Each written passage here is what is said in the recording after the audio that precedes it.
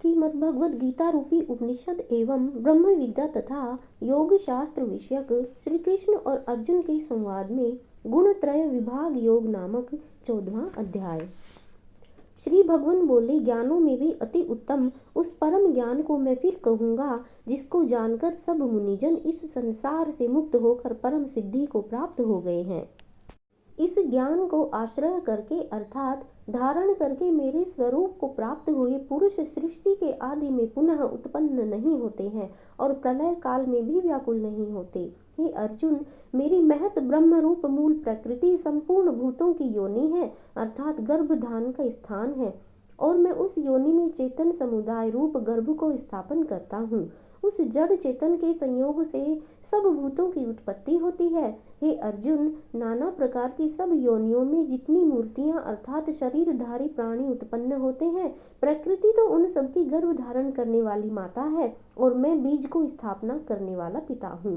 हे अर्जुन, सत्वगुण, रजोगुण और तमोगुण ये प्रकृति से उत्पन्न तीनों गुण अविनाशी जीवात्मा को शरीर में बांधते हैं। हे निष्पाप, उन तीनों गुणों में सत्व गुण तो निर्मल होने के कारण प्रकाश करने वाला और विकार रहित है। वह सुख के संबंध से और ज्ञान के संबंध से अर्थात उसके अभिमान से बांधता है।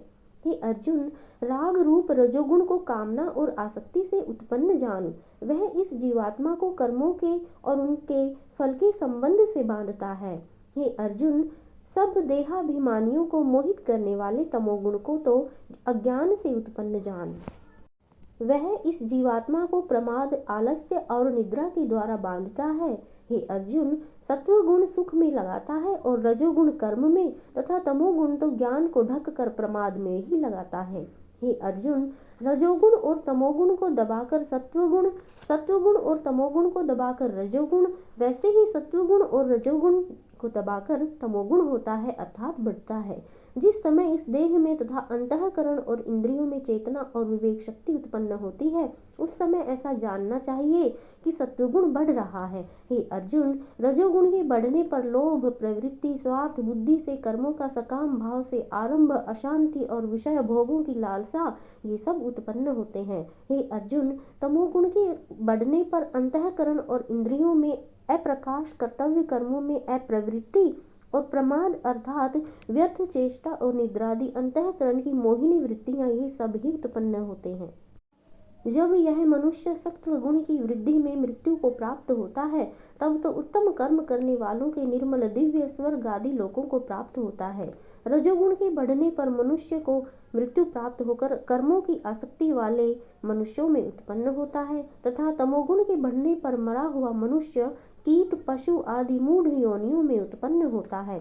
श्रेष्ठ कर्म का तो सात्विक अर्थात सुख, ज्ञान और वैराग्यादि निर्मल फल कहा गया है।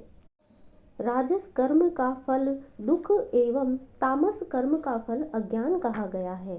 सत्व गुण से ज्ञान उत्पन्न होता है और रजोगुण से निसंदेह लोभ तथा तमोगुण से प्रमाद और मोह उत्पन्न होते हैं और अज्ञान भी उत्पन्न होता है। सत्व गुण में स्थित पुरुष स्वर्ग आदि उच्च लोकों को जाते हैं। रजोगुण में स्थित राजस पुरुष मध्य में अर्थात मनुष्य लोक में ही रहते हैं और तमोगुण के कार्य रूप निद्रा, प्रमाद और आलस्य आदि में स्थित तामस पुरुष अधोगति को अर्थात कीट, पशु आदि नीच योनियों को तथा नरकों को प्राप्त होते हैं।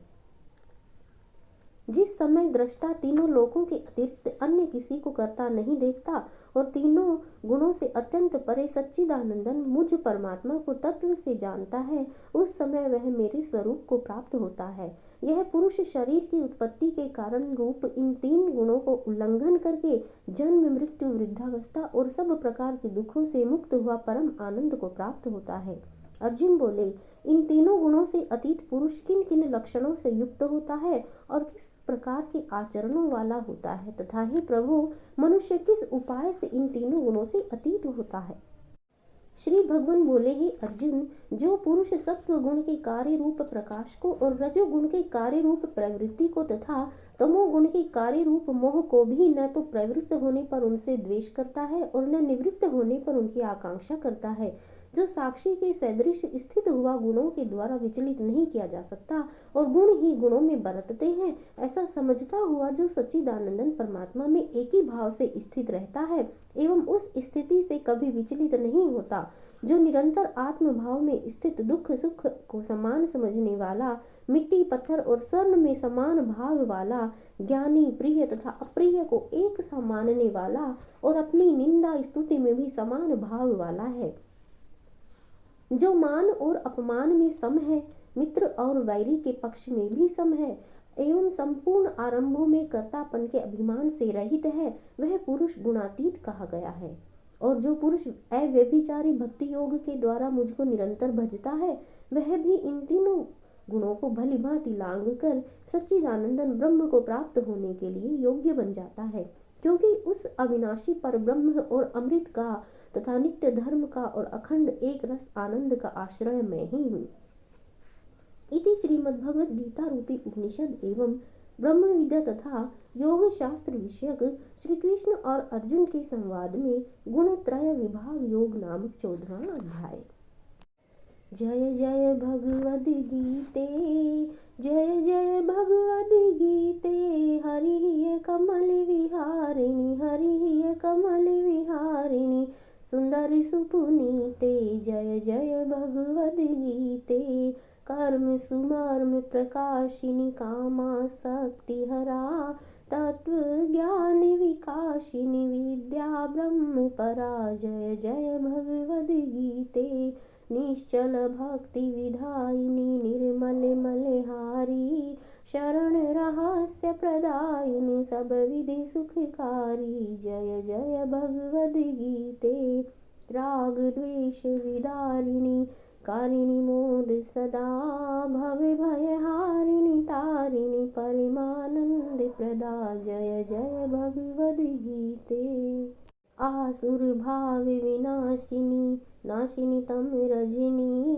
दैवी सद्गुणदायिनी, हरि रसिका सजनी, जय जय भगवद गीते, समता त्याग सिखावनी, हरिमुख की बानी, सकल शास्त्र की स्वामिनी, श्रुतियों की रानी, जय जय भगवद गीते, दया सुधा बरसावनी, मातु कृपा कीजे, हरिपद प्रेम दान कर, हरिपद प्रेम दान कर, अपनों कर लीजे, जय जय भगवद गीते, जय भगवद गीते, जय जय भगवद गीते, हरि कमल विहारिणी, हरि कमल विहारिणी, सुंदर सुपुनीते, जय जय भगवद गीते, जय जय भगवद गीते, जय जय भगवद गीते।